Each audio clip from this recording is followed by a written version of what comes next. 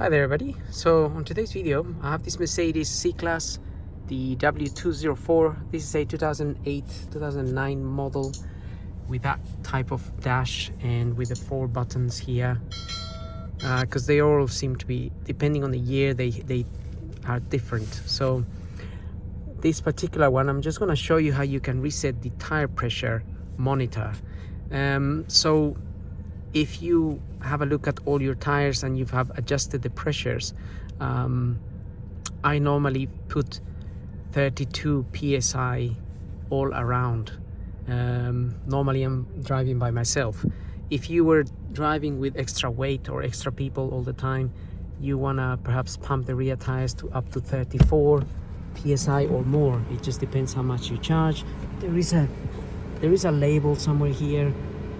I'm not sure it's that one there actually.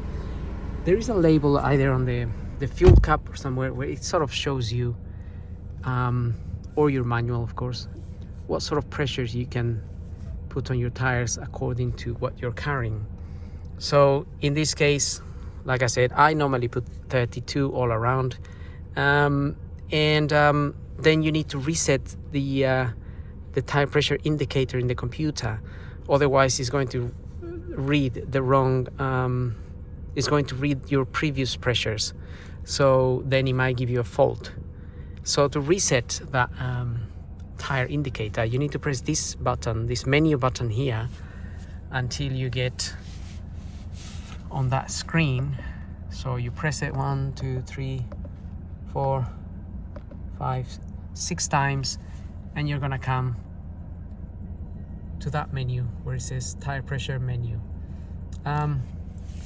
Press R and it says run flat indicator active. Restart, press R, and then it says tire pressure okay. So it's asking you if you checked all the tire pressures, and then you can confirm with yes. And then it says run flat indicator restarted, and you just leave it and it will go back to the mileage on its own.